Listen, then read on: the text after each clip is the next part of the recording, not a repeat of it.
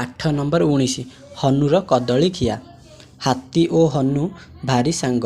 ଦିନେ ସାଙ୍ଗ ହୋଇ ନଦୀ କୂଳରେ ଯାଉଥିଲେ। ବେଙ୍ଗଟିଏ ଡେଇଁ ପଡ଼ିଲା। ବେଙ୍ଗର ଶବ୍ଦ ଶୁଣି ହାତୀ ଚମକି ଦେଖିଲା ବେଙ୍ଗ ଜଗିଛି କଦଳୀ ବଗିଚା। ଶୁଙ୍ଘି ଶୁଙ୍ଘି ହାତୀ କହିଲା, ହଳଦିଆ ରଙ୍ଗ କଦଳୀ କେଡ଼େ ବଢ଼ିଆ ବାସୁଛି। ହନୁ ତା ଜଙ୍ଘିଆ ସଜାଡ଼ି ସାଙ୍ଗକୁ କହିଲା, କଦଳୀ ଦୁଇଟା ଖାଇବା। ହନୁ କଥା ଶୁଣି ବେଙ୍ଗ ରାଗି ଲାଲ। ରାଗରେ ଜଙ୍ଘ ବାଡ଼େଇ ହନୁର ଜଙ୍ଘିଆକୁ ଟାଣିଦେଲା। ହନୁର ସାଙ୍ଗ ହାତୀ ବେଙ୍ଗର ଜଙ୍ଘ ବାଡ଼ିଆ ଦେଖି ଫେଇଁକିନା ହସିଦେଲା। କହିଲା, ସମସ୍ତେ ସାଙ୍ଗ ହୋଇ ରହିବା, ମିଳିମିଶି କଦଳୀ ଖାଇବା, ଆମେ ସଭିଏଁ ଭାଇ ଭାଇ। ପିଲେମାନେ ଏଥର ଆମେ ଅଭ୍ୟାସ କରିବା। ଛବି ଦେଖି ପଢ଼ିବା। କଦଳୀ, ହାତୀ, ଦୀପାଳି, ତୀର। 2 ନମ୍ବର ନଦୀ, ଛବି, ଗୀତ, ମିତ, ସାଥୀ, ହାତୀ। ଉପର ଛବିରେ ଯେଉଁ ଘରେ ଦୀର୍ଘଇକାର ଅଛି ସେହି ଘର ଫୁଲର ପାଖୁଡ଼ାରେ ହଳଦିଆ ରଙ୍ଗ ଦେବା। କେଉଁ କେଉଁ ଘର ଦେବା? ଦୀର୍ଘଇକାର ଯେଉଁ ଯେଉଁ ଘର ଅଛି, ଯେମିତି ନଦୀ, ତାପରେ ଗୀତ, ତାପରେ ସାଥୀ, ତାପରେ ହାତୀ। ହଳଦିଆ ପାଖୁଡ଼ା ଗୁଡ଼ିକୁ ଗଣି ଖାଲି ଘରେ ଲେଖିବା। ରଙ୍ଗ ନଥିବା ପାଖୁଡ଼ା ମିଶାଇ ଲେଖିବା। ମୋଟ ପାଖୁଡ଼ା ମିଶାଇ ଲେଖିବା। 3 ନମ୍ବର ଧାଡ଼ିରେ ଛାଡ଼ି ଯାଇଥିବା ଦୀର୍ଘଇକାରକୁ ଲେଖି ପଢ଼ିବା ଓ ଲେଖିବା। ଯେମିତି ହନୁ, ଏଠାରେ ହାତ ଅଛି, ଦୀର୍ଘଇକାର ଲେଖି ହାତୀ ପଢ଼ିବା। ତାପରେ ଗଲେ କଦଳୀ, ଏଠି କଦଳ ଅଛି, ଏଠି ଦୀର୍ଘଇକାର ଦେବା। ତାପରେ ହେବ କଦଳୀ ଖାଇ।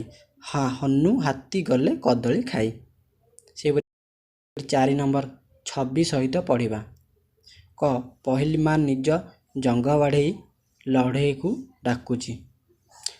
ଖ ଆମେ ଡଙ୍ଗାରେ ବସି ନଦୀ ପାର ହେଉ। ଘ ଚାଷୀ ଲଙ୍ଗଳ ଧରି ବିଲକୁ ଯାଉଛି। 5 ନମ୍ବର କ ଚିତ୍ର ଦେଖି ଖାଲି ଘର ପୂରଣ କର। ବେଙ୍ଗ, ଏଠାରେ ଅଙ୍ଗ ଲେଖିବା। ସେହିପରି ଏଠାରେ ଆଙ୍ଗୁଳି, ଅଙ୍ଗରେ ହର୍ଷଉକାର ଦେଇ ଲେଖିବା ଆଙ୍ଗୁଳି। ଖ ପଢ଼ିବା। ଡେଙ୍ଗା ଲୋକଟି ଫୁଲ ଶୁଙ୍ଘୁଛି। ଘ ଅଙ୍ଗ ଓ ଅଙ୍ଘ ଲାଗିଥିବା ଆଉ କେତୋଟି ଶବ୍ଦ କହ। ଯେମିତି ଜଙ୍ଘ, ଲଙ୍ଗଳ, ସାଙ୍ଗ, ଭାଙ୍ଗ ଇତ୍ୟାଦି। 6 ନମ୍ବର ତୁମ ବହିର ମଲାଟଟି ଦିଆସିଲିରେ ମାପିବା ଓ କହିବା। ଶ୍ରେଣୀ କୋଠରୀର ଲମ୍ବ ଓ ଓସାର ଗୋଟିଏ ବାଡ଼ିରେ ମାପିବା। ବଗିଚାର ଓସାର ଓ ଗୋଟିଏ 2 ହାତିଆ ବାଡ଼ିରେ ମାପିବା। ତୁମ ମୁଣ୍ଡକୁ ସୂତାରେ ମାପିବା। ମଗରେ ପାଣି ନେଇ ଗ୍ଲାସରେ ମାପିବା। ଘର ପାଇଁ କାମ। ତୁମ ଘରର ଓସାରକୁ ତୁମ ପାଦରେ ମାପ। ଘରେ ତୁମ ମାଙ୍କ ସହ ମିଶି ଗୋଟିଏ ଶାଢ଼ୀକୁ ମାଙ୍କ ହାତରେ ମାପ। କେତେ ହେଲା ଲେଖ।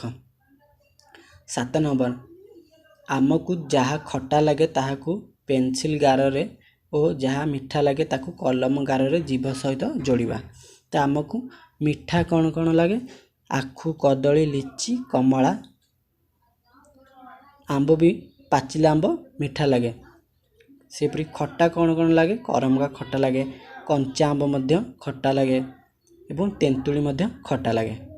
8 ନମ୍ବର ଶିକ୍ଷକ ନିମ୍ନ କାମ ଦେଇ ଆଲୋଚନା କରାଇବେ। ତୁମ ଜିଭକୁ ନିଜ ହାତରେ ଧର ଓ ନିଜ ସାଙ୍ଗର ନାଁ ଧରି ଡାକ। ତୁମ କଥା ତୁମ ସାଙ୍ଗକୁ କିପରି ଶୁଭିଲା ପଚାରି ବୁଝ। ଖ ଜିଭ ଥିବାରୁ ଆମର କେଉଁ ସବୁ ସୁବିଧା ହୁଏ? ଜିଭ ରହିଥିବାରୁ ଆମର କଥା କହିବାରେ ସୁବିଧା ହୁଏ, ସ୍ୱାଦ ଜାଣିବାରେ ସୁବିଧା ହୁଏ। 9 ନମ୍ବର ଆସ ନାମ କହିବା। ଖଟା ଜିନିଷର ନାମ କୁହ। ଯେମିତି ତେନ୍ତୁଳି, ଆମ୍ବ, କରମଙ୍ଗା। ସେପରି ମିଠା ଜିନିଷର ନାମ କୁହ।